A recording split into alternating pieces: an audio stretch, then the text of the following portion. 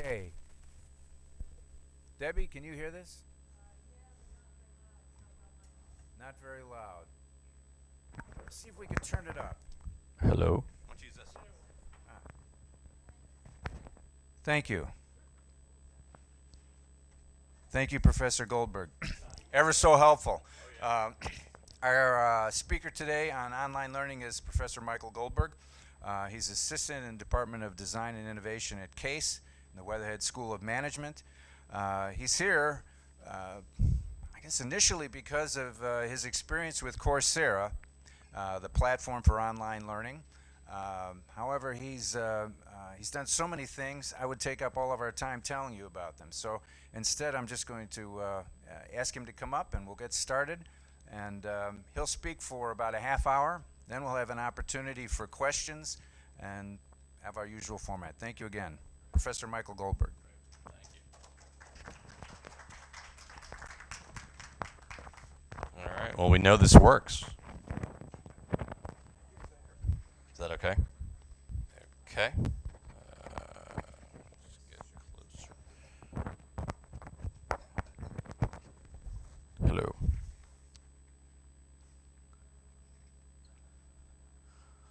Well, good morning.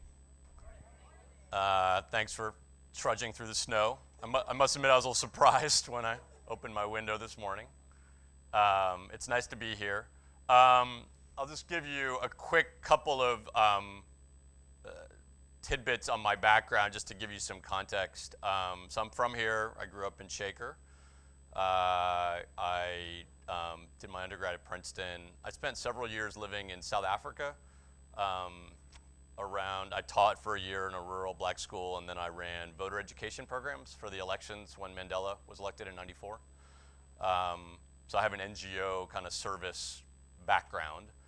And then I kind of switched gears. I did my MBA at Wharton, and I did a master's in international affairs at Johns Hopkins. I then worked at AOL. Most of my students have never heard of AOL or ever used dial-up internet. I think I'm safe to say with this group, you've probably heard of AOL. Some of you probably still has an AOL account? All right, me too. So I worked there for 5 years. I was there before we merged with Time Warner. I mostly worked on international joint ventures. I worked on a joint venture in China and sort of watched the crash of the internet. Wasn't my fault, but at least 1.0. I moved back here about 10 years ago. I set up a venture capital fund with a partner based in Israel. We invest in early stage medical device companies, and then I got involved with CASE. We were on the Citizens Academy board together. Yeah. Nice to see you. And I've actually, it's Nancy? Yeah, so I joined, actually probably right when you were leaving the board. I'm still on the CA board. So I still am pretty active in community work and service work. I started adjuncting, which for those kind of in the unlike Bob that came up with a PhD and a tenured degree, I kind of backed into teaching. I was teaching part-time, and then I subsequently took a full-time position at CASE. I did 2 Fulbrights, which I'll talk about as part of this story on online learning. So the kind of my journey around online learning, we were in Vietnam in 2012. I did a Fulbright at a university called the National Economics University in Hanoi. Has anyone here been to Vietnam? So it's a very bustling place. There are literally on every sidewalk and street, there are people selling products from grilled corn to cell phones to caskets to mannequins. I mean, you can get anything you want. So it's a very entrepreneurial place. My kids, so we moved the whole family. My kids went to a international school, and they had a bus stop, and the bus would come pick them up in our neighborhood. And literally, right next to the bus stop, there was this woman who was out there every day selling chicken. So it was obviously for my kids who had never seen, they'd only seen packaged chicken at the grocery store. This gave them a different reality of how chicken is processed. So this woman, you know, she would crouch on a stool and butcher and feather the birds right on the sidewalk every morning. So the kids were, not surprisingly, a little grossed out by the sight of blood, but they saw what it meant to be an entrepreneur. So she was out here every day. My third grader at the time, who's now in 7th grade, it was 4 years ago, decided to make a video for her friends back at home. And so that's Anna, and basically she was explaining to her friends back in Cleveland kind of what this woman's life was like. It was interesting. I mean, I don't know how many of you, anyone here ever use iMovie or make videos? Okay, a few. How many of your kids or grandkids do it? Okay, so for me it was like I had never, so all of that, I filmed it, but all the subtitles and everything, like Anna did it, and we made this short video. She put it up on YouTube. She's had I think 7,000 views. It's a little scary, but it got me sort of thinking about, I mean, the world is obviously changing in terms of the ease of video production. The world is changing in terms of how people are getting information. So this experience actually influenced my work as a professor later. So I was teaching, you know, most Fulbright, basically you're assigned to a university. I was teaching, this is the National Economics University in Hanoi, and I started to do work not just at the university setting, but also like in the community. And I met within the Vietnamese Ministry of Science and Technology, they have like an agency focused on entrepreneurship. And they had approached me to see if I would do a seminar for them about how Vietnam could become like Silicon Valley.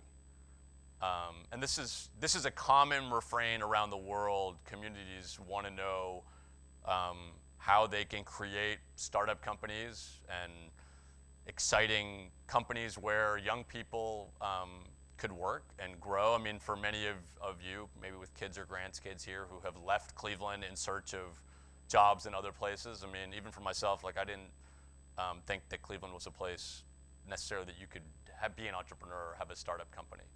But Cleveland is actually, and I don't know how many of you are familiar with what has happened in the region over the past 10 years to support startups, but there's actually been a lot of work done. What I ended up doing during this seminar in Vietnam was they asked me to teach about Silicon Valley, and I told them I'd rather teach you about Cleveland. Of course, they were like, Cleveland? And I said, hey, you know, if you go back, I mean, as we all know in this room, I mean, 100 years ago, this was a hub of entrepreneurship. You know, John D. Rockefeller was here, and also, as you all know, beginning in the 1950s, 1960s, 1970s, 1980s, our jobs left as our manufacturing sector declined. We were the 5th largest city. Again, you know all of this. We became the 47th largest city in the US. And interestingly, around entrepreneurship, so Entrepreneur Magazine did a ranking in 2001 about how well communities supported entrepreneurship, and we were ranked last out of 61 regions. So basically what happened here was, because we didn't have private capital funding startups, and there was a significant intervention, and it happened from 2 areas. I'll make this be more interactive. I know you'll get your questions. What were the 2 sectors that really stepped in to support entrepreneurship in the region? Okay, so healthcare being a sector area, but even at a higher level, where did the funding come from if it wasn't going to be private? Government, and it actually came from the state. So here, I mean, our local government did very little, but the Ohio Third Frontier program, which some of you may have voted for, it came to voters twice. It was a $2.3 billion commercialization program. So a lot of the activity to support entrepreneurship that we benefited from in Cleveland came from a state level, and the other non-private and non-governmental source of resource came from where? So universities, partly, even at another level, where yes, foundations. So philanthropy here, and you're probably familiar with our I mean, the Cleveland Foundation is the second largest community foundation in the country. So something called the Fund for Our Economic Future, which actually brought together a lot of philanthropy that hadn't traditionally played in supporting entrepreneurship or economic development. And Ron Richard, who runs the Cleveland Foundation, when I interviewed him for my course, which I'll get to in a second, he said, we talked about on camera, it's like, why is the Cleveland Foundation doing this work? And he said basically, we were supporting things like the orchestra and the art museum, but if we didn't have any jobs and young people here to go to these places, there wouldn't be an orchestra or art museum going forward. So the community really came together here, and some of you may have been involved with it. And over the last 10 years, things have gotten better in Cleveland. So this is what I did. Oh, this is just a graph. Silicon Valley, basically, if you're a startup, it's all private money, and here it was this combination of support. So what I did in Vietnam was, and I did this already with my teaching, but this is like nighttime in Vietnam. The woman on the screen is Lisa Delp. She used to be the executive director of the Ohio Third Frontier. I was with a bunch of government officials and people running incubators in Hanoi at night. That was morning here. She Skyped in. So we had translators, and that's me on the board. That's them. It looks like they're paying attention. And then, so I did this for a week. We took a photo. I kind of thought, and it wasn't a real, I've taught other classes on entrepreneurship, so this seminar was just something, it was a little bit different for me. But I wasn't thinking I would do anything with it. So I came back to the US, and I met with, so I teach at Weatherhead, and I met with Fred Colopy, who's our associate dean, and I told him about the seminar, and he said, would you consider, kind of Weatherhead in case was looking at MOOCs, right? And he said, would you be interested in teaching a MOOC? And I said, I thought that sounded interesting. And then and this is a true story, I didn't know what it was. I know, don't worry, I'm gonna get to that. Don't worry. So I Googled the term MOOC when I left. I just said, like anything in life, first you say yes, and then you figure out what they're asking you. Okay, so how many know what MOOCs are? Okay. How many have no idea? All right, good. Okay, so that was me. So the term MOOC stands for Massive Open Online Course. And online learning is not new, but this Sebastian Thrun was a professor at Stanford. He decided to put an artificial intelligence course up online, and he thought he would have a couple of hundred people sign up for it, and it was free, and it sort of looked like a class that he had taught at Stanford, but obviously it was sort of the video lectures, and he put, there was some pedagogy or some assignments with it. He put it up online, and this was 2010, I think, and he had over 160,000 students from around the world. So Coursera. So are any of you familiar with Coursera, the platform? So Coursera is one of the platforms. It was actually started by two Stanford professors. It's a private company backed by a venture capital firm. And their initial partners, I think, were Princeton, Penn, maybe Stanford, and Michigan. I think there were the four. And now Case is a partner. And so this is a university-based platform to put your classes online. So Harvard and MIT have another platform. There's another platform called edX, which is actually a not-for-profit platform. And then, not surprisingly, there are other emerging platforms. So NovoEd, Edcast, a number of the other things. Also YouTube, and we can talk more about, what's the difference between, I'm sure you're all familiar with YouTube. We could do a course right now and put it up on YouTube tomorrow and it'd be free. So there's different ways and different positioning around these courses. So I developed a course for Coursera for Case. And basically what I ended up doing, and this is sort of what the intro video looks like for my course,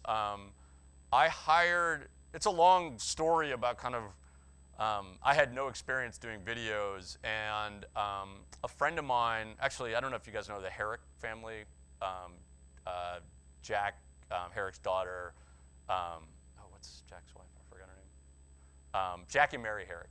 So we used to live next door to them on Norwood Road in Cleveland. Their daughter, Catherine, was Scott Pelley's producer for 60 Minutes in New York, and she moved back to Cleveland last year to raise her kids.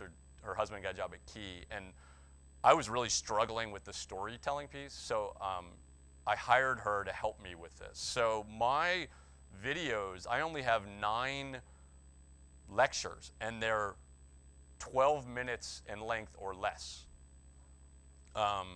So it's not, and different MOOCs are different things. So some MOOCs are literally videotapes of professors doing traditional lectures online. And for those of you, and your homework assignment after this, you can go scan the array of programs. There's lots of different courses out there. So mine's short. There's a pedagogy associated with it in terms of quizzes and assignments. But it's more documentary style. It's kind of like what my daughter did in Vietnam. So we launched the class last April, April 2014. And since we've launched, does anyone want to guess how many students we've had register for the class? 100,000. Yeah, we're like 101,000 right now. They're from 190 countries, and we actually are the top course on all of Coursera platform in terms of translations. We have subtitles. We started with English subtitles because the course is in English, and we would have English subtitles, but we got volunteers to translate in 13 other languages. So we're the only MOOC with subtitles in an African language. We have Kinyarwandan, if there's any Kinyarwandan speakers. Actually, interestingly, as a sub note, I'm a host family for a refugee family here in Cleveland from the Congo, and the woman was in a refugee camp in Rwanda since she was 9. So I was able to show her the videos. So her English is improving, but I showed her the video. She was like, "Hey!" So, what are the chances I found a Kinyarwandan speaker in Cleveland? So we're the only MOOC. We have Farsi subtitles, which has been really cool. I want to tell you quickly, like 3 stories, because when Bob called me and asked about doing this, and I'll be quiet in a second, and we can talk. Part of it's sort of around, there may be interest among the community here and kind of, hey, what are these MOOCs and what could I learn? Part of the question is sort of, what is the impact? And for me, and I shared a bit of my background. I mean, I have a NGO development background. To me, the most amazing part has been being able to engage with people around the world who are finding value in the class. I want to just tell you 3 stories. The first story is, have any of you been to the country of Macedonia? Not the city in Ohio. Yeah. I was speaking at something recently. I was like, anybody been to Macedonia? All these people raise their hand. I'm like, really? They're like, oh yeah, Macedonia. I'm like, no, not the one that's here. So this is a former Yugoslav republic of 2 million people. It's just north of Greece. It's actually been in the news because the refugees are, to the degree that they're still going to be allowed, hopefully, or have been passing through Greece and up north through Macedonia on their journey to the other parts of Europe. I'd never been to Macedonia. Didn't really have any connections there. The U.S. embassies, I don't know if any of you have, during your travels, have ever been to an American Center library that's part of our American Corner. Our U.S. embassies abroad often have libraries where they're gathering people together to have discussions. So a number of different embassies were holding, and this is another sort of piece of doing these MOOCs, like you can take these things online at home, whether you're in Cleveland or Skopje. But the real question is, how do you get people together in discussion? There's discussions that happen on the platform, and there's some things that we did for live discussion, but we've partnered with U.S. embassies, I think in about 23 different countries where they've gathered people together. So, picture yourself in Skopje, the U.S. embassy has said, hey, we're gonna get people together taking the Beyond Silicon Valley MOOC, and then they have discussion groups. So then they brought me over. This is me with a group of students in Skopje. I was there for a week, and the last meeting that we had, that week was in a town called Bitula, which is 2 hours away from Skopje. It's a 2-hour ride through the mountains. And I actually had my daughter, the one who made that the chicken lady video, was with me, and we were like completely car sick. It was raining. We get to Skopje, we get to Bitula, and we had like, it's not a big country. There was a lot of people all week, and we showed up and there were 4 students who showed up at this meetup. And I was like, okay, much like today, with the snow, it's like if 4 people had come, that's fine, I'm here anyway. But so I was like disappointed initially, but then I started talking to these students. So Natasha and Elena on the other side, they both work in the NGO community, and there's a guy named Jovan. They're kind of supporting entrepreneurs, and then the woman in the middle, Iskra, works in HR for a dairy company. What they ended up doing was they decided to make their own videos about supporting entrepreneurship in Macedonia, like on the same topics of my MOOC. And then it was in Macedonian, but with English subtitles, and we shared that material with people in the class. I had given them certificates. Part of when I travel is like, I give them certificates for participating in the course, but they gave really so much more. So here's them sort of filming these videos. Then they held meetups where they were showing my videos and showing their videos. And actually, over the last month, the Macedonian National Television Network has been showing their videos on TV. So it's sort of this really interesting story and even last week, I did something with my students at Case and the students in Macedonia. We're doing a podcast. I don't know if anybody's a podcast fan here. We're going to do a podcast on kind of the impact of the course in Macedonia. So anyway, it's one example of kind of unintended, people that found the course. Second story I want to tell, I referred to Farsi a second ago. This is Mehdi Sajapur. He's a 26-year-old entrepreneur in Tehran. He took the class alongside a number of other students and researchers at Sharif University in Tehran. And he contacted me to see if I would Skype in to have a discussion. They found kind of what we were doing in Cleveland of real interest. And there's a really booming entrepreneurship community in Tehran.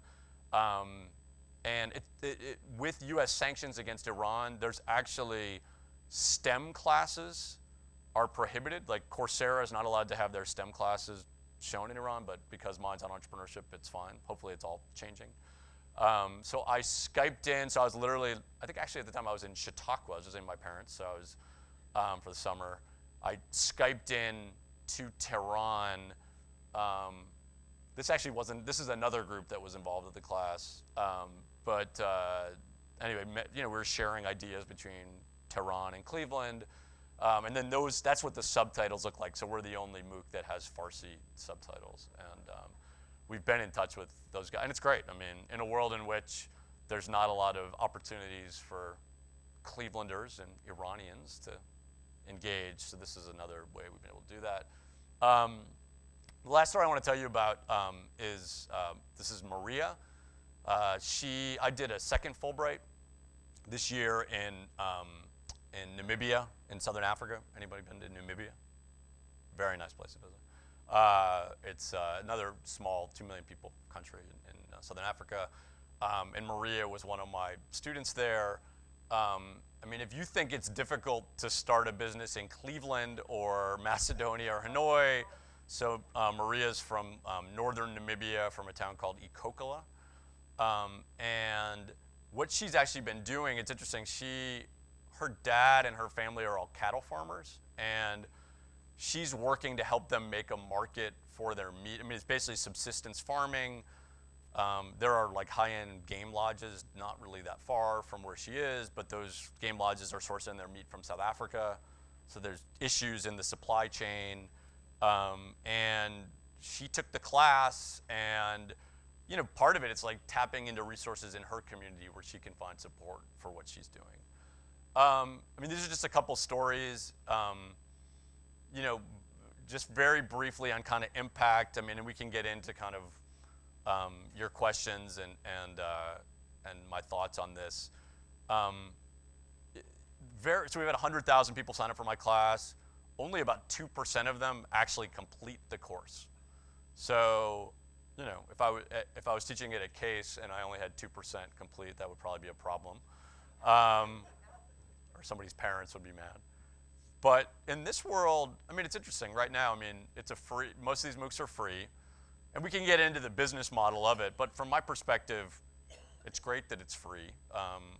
There's a ton of marketing that Case is getting out of this. If you sort of say, what is Case getting out of it?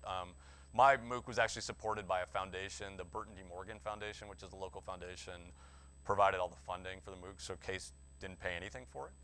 Because people actually ask me how, like when I talked to my dean, how did this all happen? Like, you know, I got the funding for it. It's amazing what can happen if you get funding for something. No one says no. In hindsight, it's all this very strategic thing, but basically I got the money for it and they were like, great, go for it.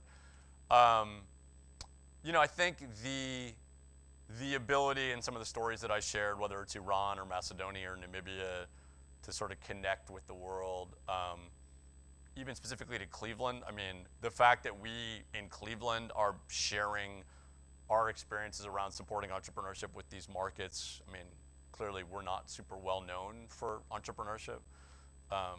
They know LeBron, but they don't really know what we've done on entrepreneurship. So it's really been an amazing sharing experience. And, you know, where it goes from here, I mean, I'm continuing to add, kind of like the Macedonians did. We have content from Greece now. I'm actually going to be spending this summer. I've been traveling a lot. I was in Russia 3 weeks ago. That was another very interesting situation because I was brought by the U.S. Embassy, and because of the geopolitics, like half of my lectures were canceled because they didn't want to host anybody brought by the U.S. Embassy. But we figured out. I went to other places. This summer I'll be in Indonesia, the Philippines, Kosovo, Bosnia, Latvia. Many of them are interested in doing things around the course. So it's been kind of an amazing journey. And with that, I'll pause and we can have a chat. Sure.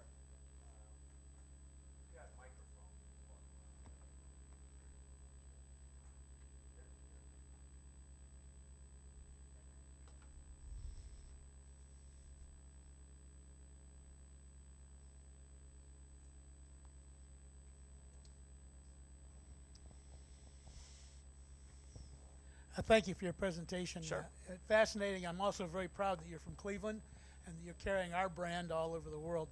I am not interested in a degree. I'm not interested in starting a business, but I am interested in continuing learning. Mm-hmm. And for the last couple of years, I've been using Lynda, L-Y-N-D-A, yeah, sure. familiar with that? And I paid $200. Now through Westlake Library, I get it completely for free. Right. And it truly amazes me that these kinds of online courses are completely available without any cost through library systems and the rest. Sure. As a career educator, though, it concerns me a little bit that courses could be one person teaching 100,000 people as opposed to one person teaching 23 in a classroom. So what do you think are the implications in terms of a career in education? If your daughter's now said, well, Dad, I'd like to become an elementary school teacher. Sure. What are the implications for education? Sure. That's you. a great question, and probably one that will be, I'll give you my summary views, but there are so many I mean, this is such a, it's a question that many people are debating. I would say there's no substitute for in-person teaching, right? And I think the question becomes, because now I'm in this world where, and whether it's Khan Academy, I don't know if any of your kids or grandkids or you, have you ever seen Khan Academy? So it's another resource. That's an amazing resource. A guy did it literally in his closet. I was chatting with someone before, like when my daughter can't figure out some algebra lesson. I'm sorry? It's a math, but they now have all sorts of different things. The Gates Foundation is funding it. So it's these additional resources. I think that the biggest challenge, I mean, maybe someday, I mean, when you sort of frame it on, you know, if someone's interested in elementary education, where, you know, should they choose another field? I would say no. I mean, this is not going to displace elementary. I think for professional education, I mean, there's a really good article. So Michael Porter is a professor at Harvard Business School, and so is Clayton Christensen, and the New York Times last year there was this debate. I mean, Clayton Christensen argues that business schools are going to go out of business. Like basically the best, and it's kind of this interesting premise. Like let's pretend that the best accounting professor in the world is at the University of Utah or the University of Sarajevo or wherever, and should you use, if somebody's really dynamic as a teacher, and many of us have had great teachers, and many of us have probably had terrible teachers. It's interesting, at a research university like Case, and with all due respect to many of my colleagues, many of them are more focused on research than they are teaching, right?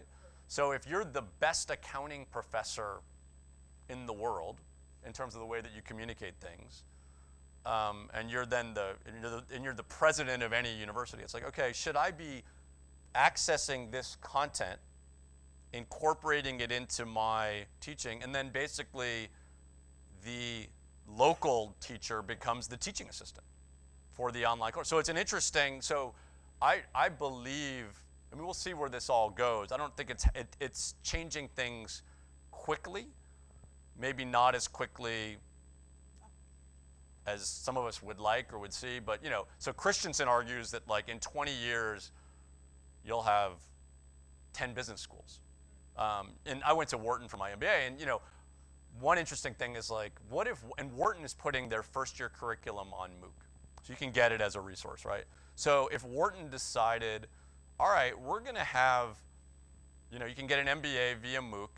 We're gonna have 50 places around the world where we're gonna meet at the Unitarian Church equivalent, wherever, to have a local discussion. And maybe you do or don't come to Philadelphia for a week, and we're gonna charge, maybe they charge more than what they charge MBA. Like, what does that mean for Weatherhead? I mean, would you rather have a Wharton MBA via MOOC with some in-class, or would you rather pay $50,000 a year to go to Weatherhead? I don't know. I don't know. It's an interesting question. Yeah. My question, across the board, that 2% completion rate you mentioned, does that apply also to MOOCs like Harvard, Stanford, everybody? Yeah, it's low everywhere. So, and basically, I'm sorry, go ahead. The second part of that was, but I think you've answered it. Why do you think that is? But you think as it becomes more credible that that rate will go up? Well, I think people are using, it was interesting, when I was applying for my funding, I was like, I'm gonna judge, my success is gonna be that I'm gonna have a better completion rate than other MOOCs. So mine's gonna be great, which will mean that people wanna stay longer, okay? So turns out signing up for that as a metric of success wasn't a very good idea, right? Because I was about the same as everyone else. So is it because my stuff wasn't that good? So what are the reasons, right? So what basically I found was happening was that people would go, because right now there's no degree associated with it. So if you would take my class, you're not getting anything from Case. You would get a certificate from Coursera that says you completed the class. And I think particularly in markets outside the world, I mean, because I don't know if any of you are active on LinkedIn, which bought Linda, by the way. People will list, so I share my LinkedIn profile, and so people list that they did my class on their LinkedIn profile. So that may have more cachet, and it's interesting, like a case, and we survey our students, it's like, why did you take the class? Like, and frankly, if I was sitting in Harare, Zimbabwe, or Phnom Penh, Cambodia, and I was choosing between a class at Case, which they probably never heard of, they never heard of me, or a Harvard Business School course, just in terms of like brand, like I'd choose that. They're choosing it not because they've heard of me, not because they've heard of the kid, they were interested in the topic. And then they're using it, because I have the stats, so people are watching videos. Many of them aren't doing any of the assignments online. We found out in Dusseldorf, Germany, they were having kind of meetups like this. They were watching the videos. Only like 2 of the 50 people that were gathering to watch the videos had even registered for the course.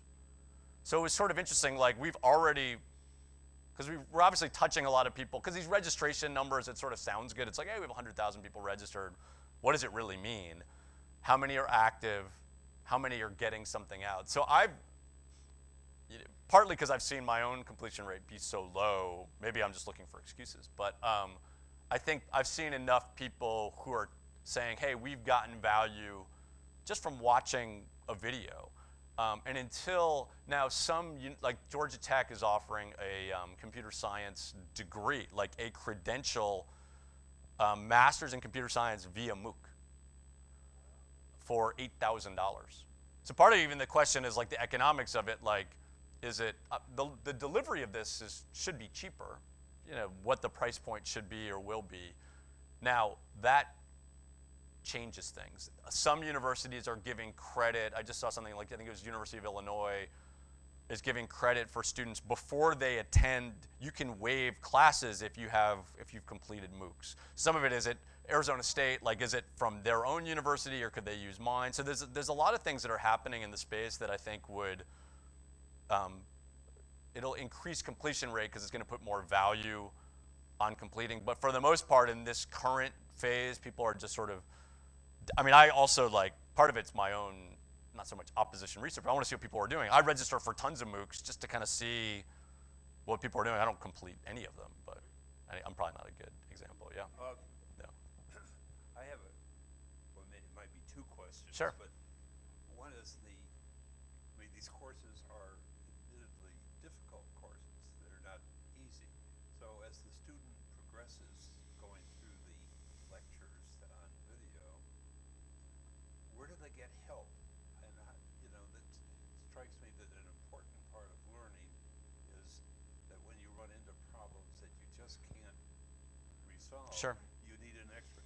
Secondly, perhaps you addressed it before, for the university that gives the courses, whether it's Arizona or case, how do they get, is there an accrediting process? Is there a way of measuring that this student has actually completed successfully the course? Sure. So we do a couple, on the first question of kind of like how do they get help and even how does the grading work, right? So we have, when you have 100,000 students, as much as I love the students, I can't be grading every assignment. There's peer-reviewed assignments. That's been really interesting. So we set up a rubric for what we're looking for in an assignment. And then other students, as part of completing the course, are required to grade their peers. And there's been a number of outside studies that have been done on the effectiveness of peer review, and it actually works really well. And that's a cool also way, so there's self-support among students. We have we call it like a community mentor program, so people that have completed the class, they've graduated from the course, and now they're volunteer mentors for the class. And they have like a badge, so like if they'll go in and give comments, because there's often some of the questions are like technical. It's like, this isn't working, which happens a lot. But some of it's more substantive to the materials. So that's been helpful. And Bob and I were talking before, I mean, Coursera is making changes to its platform for better or for worse. And we're trying to figure out what that all means. And I have students kind of engaged with me. The second question you asked was around, was case, or was the... How did the teaching organization accredit? Oh, accredit.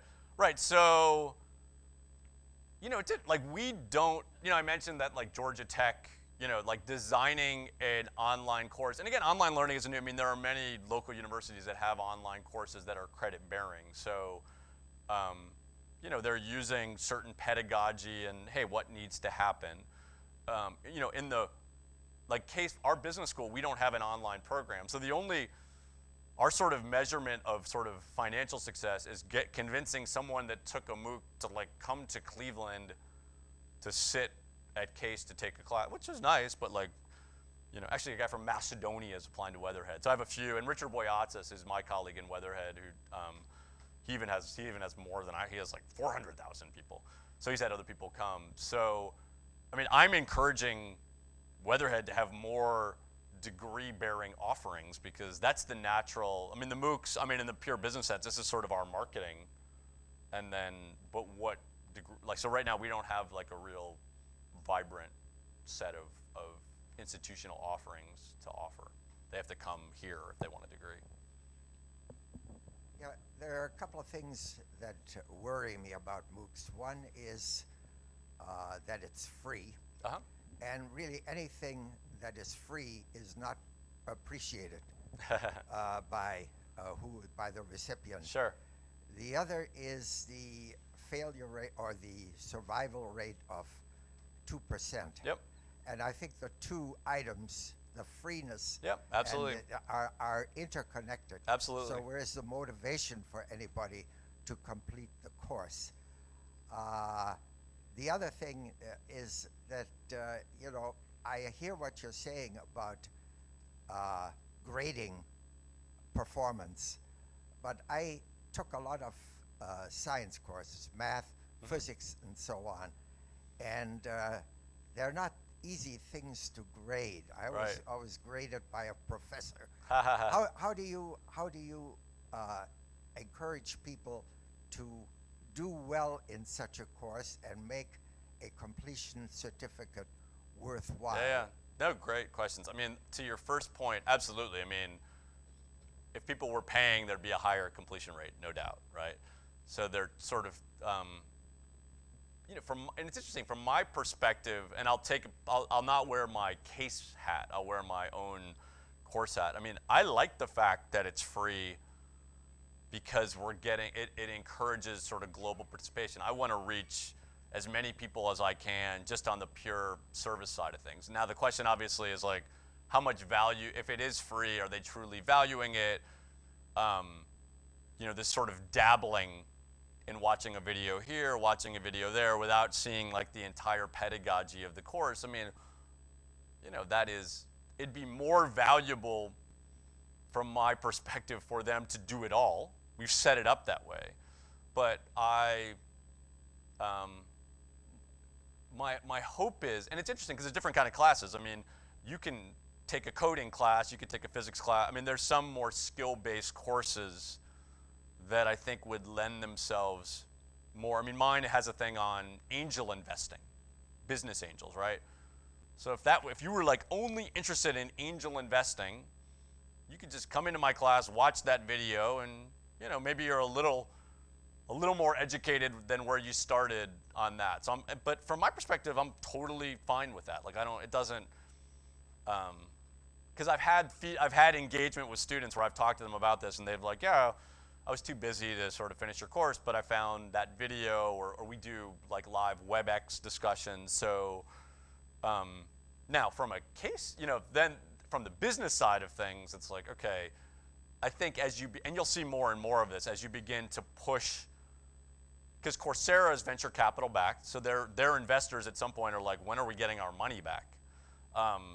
For those of you that follow the world of internet sort of tech-based businesses, making money isn't always the most important thing if you can just get users. So I think what'll happen with a lot of these platforms is they'll get bought before they ever figure out a financial model that works. And that's kind of the nature of that business. So I'm sorry, that was your first question. Your second question was? The performance measurement, grading. Yeah. You touched on that before. Yeah, I think it's interesting. Like, I'd encourage you to. Science courses. Yeah, I mean, I can only say, I mean, mine is a little softer, right? So it's more on economic development and entrepreneurship. But there are a lot of hard science and coding classes. And I mean, from everything that I hear and see kind of in reading literature, like, it's not perfect, right? But, you know, frankly, I mean, as somebody that grades student papers, like, that's not perfect either. I mean, there's a lot of variability and, like, you know, it's like, okay.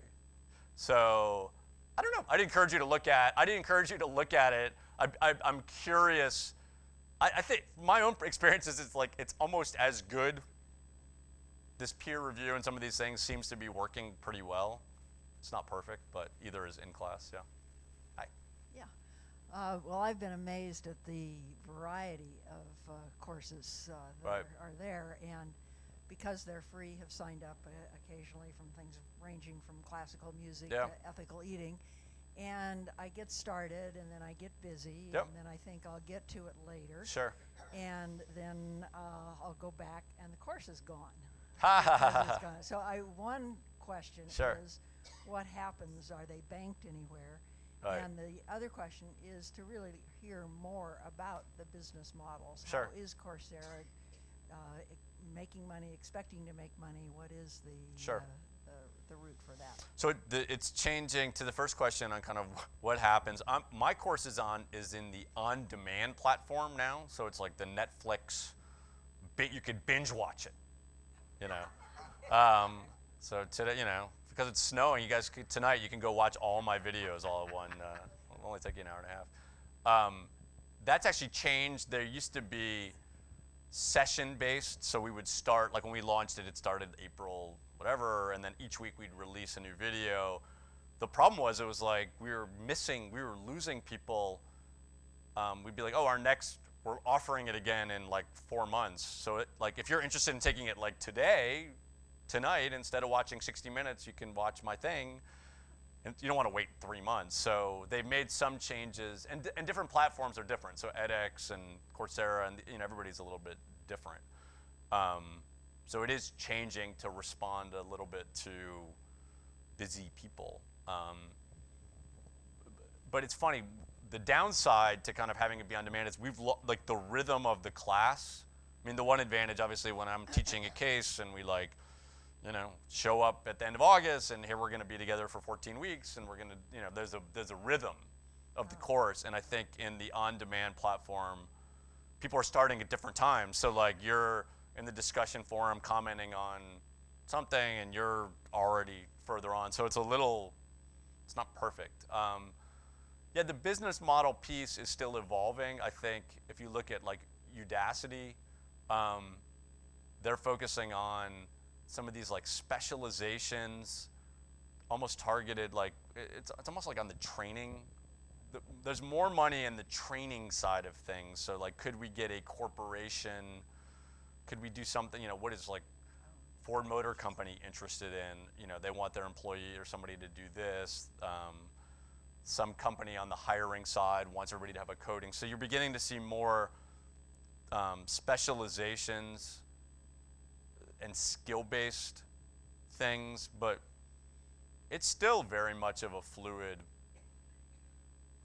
And I do think that the exit for like Coursera, I mean, it's funny because these young people at Coursera, I mean, I have a little bit of experience in venture capital and business, and the people out in San Francisco at Coursera, they're so smart, but they're all like 25 years old. And they're like, and I almost feel like I know more about, I see what their bosses are telling them and where they think probably, I'm like, don't worry about it. I was like, you guys are going to get acquired before you ever figure out your business model.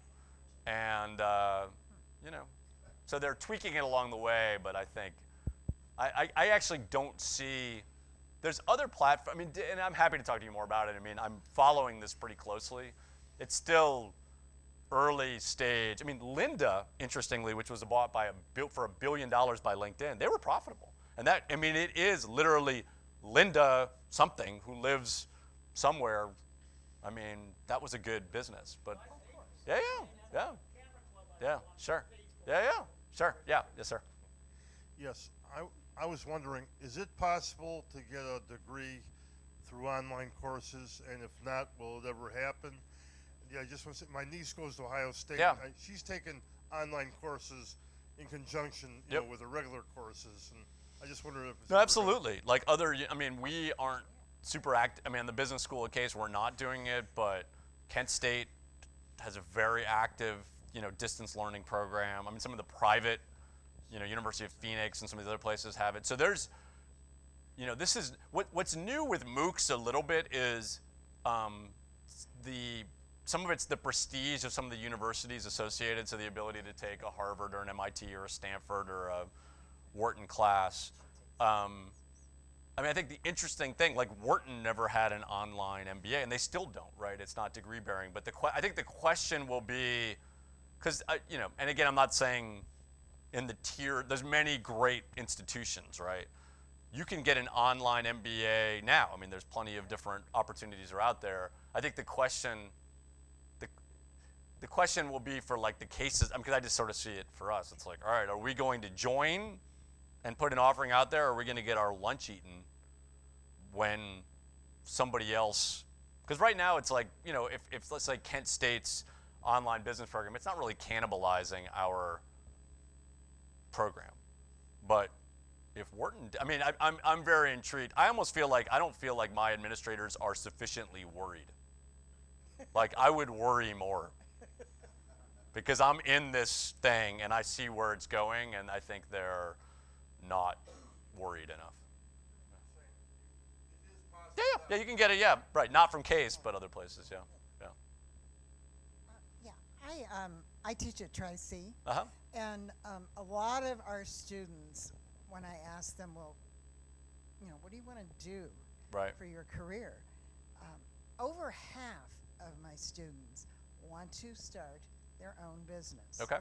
I mean, it's kind of interesting. Yeah. I've thought about, you know, why that is Right. exactly. I have a lot of thoughts about that.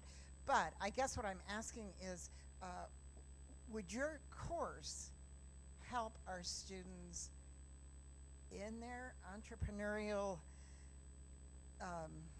endeavors? Yeah, sure. Yeah, because And there's a number, so I think, hopefully yes. So mine's a little bit more on the ecosystem. It's more Yeah, on that- kind of where, but what I found was, because we survey people like, who are you and why are you taking the class? So we have a combination, like some are students, some are entrepreneurs, some are more folks like yours, like on the sort of like back end, you know, the other side of the career who have like done different things and are sort of interested in learning and wanting to help. Some are government officials. I mean, we've had kind of everybody. There are, and I'd be happy, I can give you my card. There's some there's some other MOOCs that I recommend on, MIT has one on, it's like, they call it Entrepreneurship 101, like knowing your customer. There's another one that a Stanford professor has called Lean Startup. There's a couple of other ones that I think are particularly good for entrepreneurs, like more tool-based, like how to start a company. I'm happy to share those with you. So mine, I think mine's of interest, but it's like a little bit more ecosystem than it is like I want to start something. Like I actually think the MIT one for that, for the brief framing that you gave might be the perfect one. Yeah. We have at least 3, now 4, maybe 5 questions pending, so we kind of Okay. going to move along. Great. I guess I've traveled relatively well in my life, and you've been at places that I can't even imagine. I'm just wondering, totally away from the subject material, what are you getting from the overall appearance of what the rest of the world is doing, and how are they keeping up with us, or are we still doing okay technically? That's a good question. I mean, I also love traveling. I love engaging with people. I mean, this platform is a great excuse to travel around and engage with people. I mean, it's amazing. I mean, you know, like that guy Mehdi from Iran. And we did actually have an event at the City Club with Dan Malthorpe where we had Mehdi and somebody from Rwanda join via WebEx. Like Mehdi learned how to speak. His English is unbelievable. You would have thought he literally like grew up, you know, in somewhere here. So where did he learn English? Watching Friends, the show, the TV show.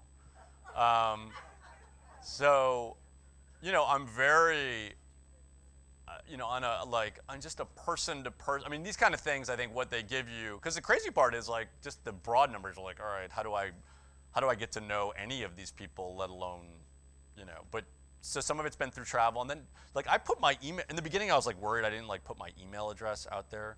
Now it's like, I literally am like, oh, email. So people, I mean, I get emails all the time. Okay, sometimes it's people trying to sell me something, but you know, in general, it's like, hey, I took the MOOC, like, can you help? So you have this ability to kind of peer in, and that's been awesome. So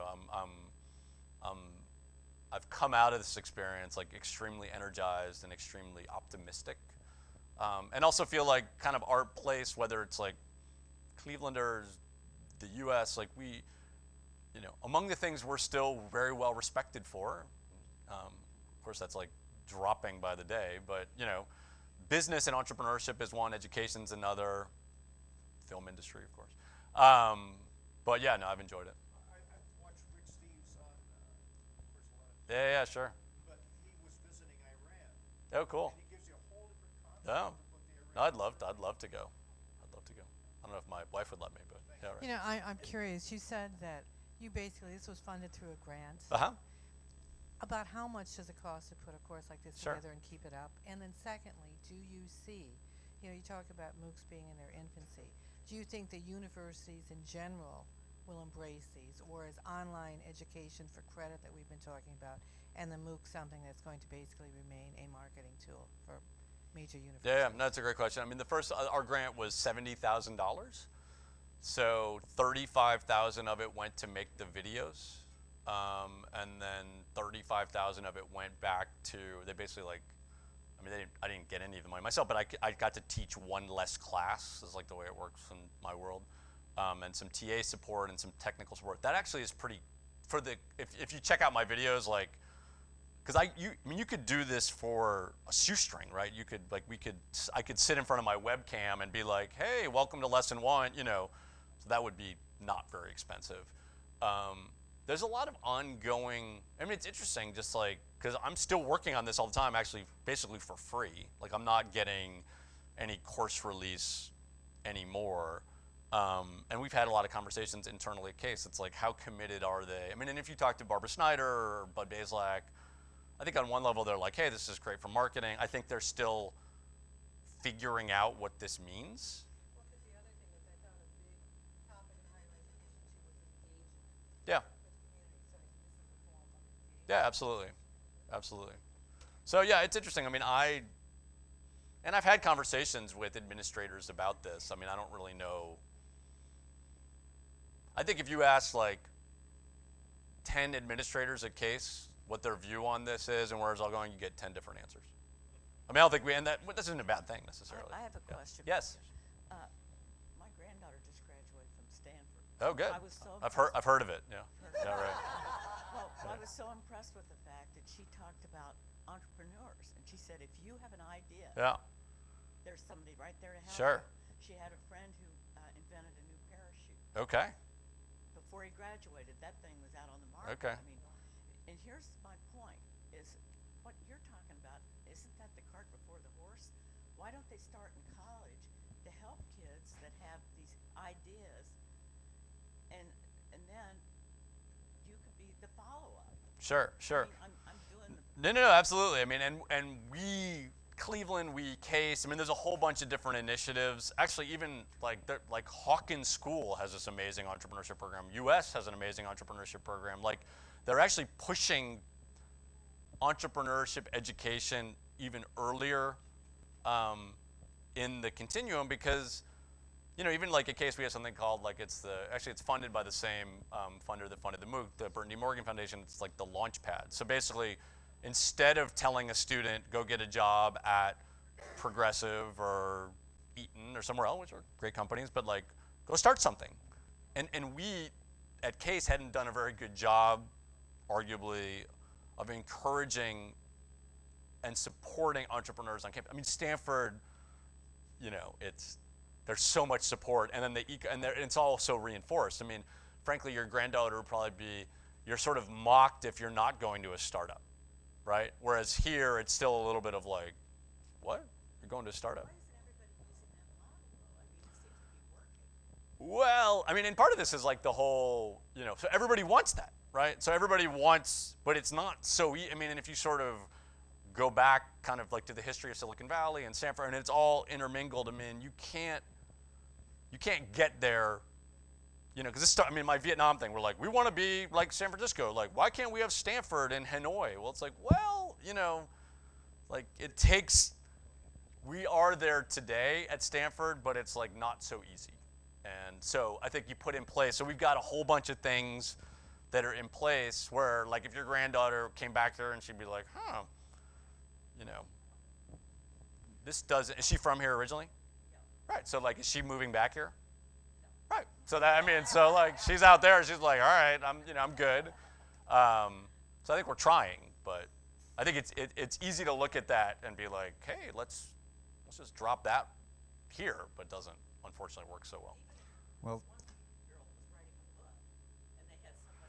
Oh know Stanford. I mean, I'd like to go to. I'd like to be an undergrad at Stanford right now myself. Yeah. We're trying. It just isn't. We're trying. If I could list all the things that we're doing at Case or other places that are. Not gonna be able to. I can't list them all. We're gonna wrap up. All right. We're gonna wrap up. Thank you very much. Sure. Thank Michael. you. Yeah. Thank you very much. This could go on for a long time. Maybe we'll be able to do I don't. That sounds good. Thanks. Thanks.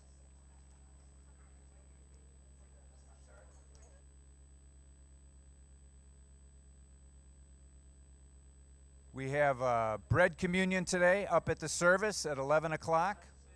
Hope to join you. If you didn't sign your email and you'd like to get notices, that's available right here.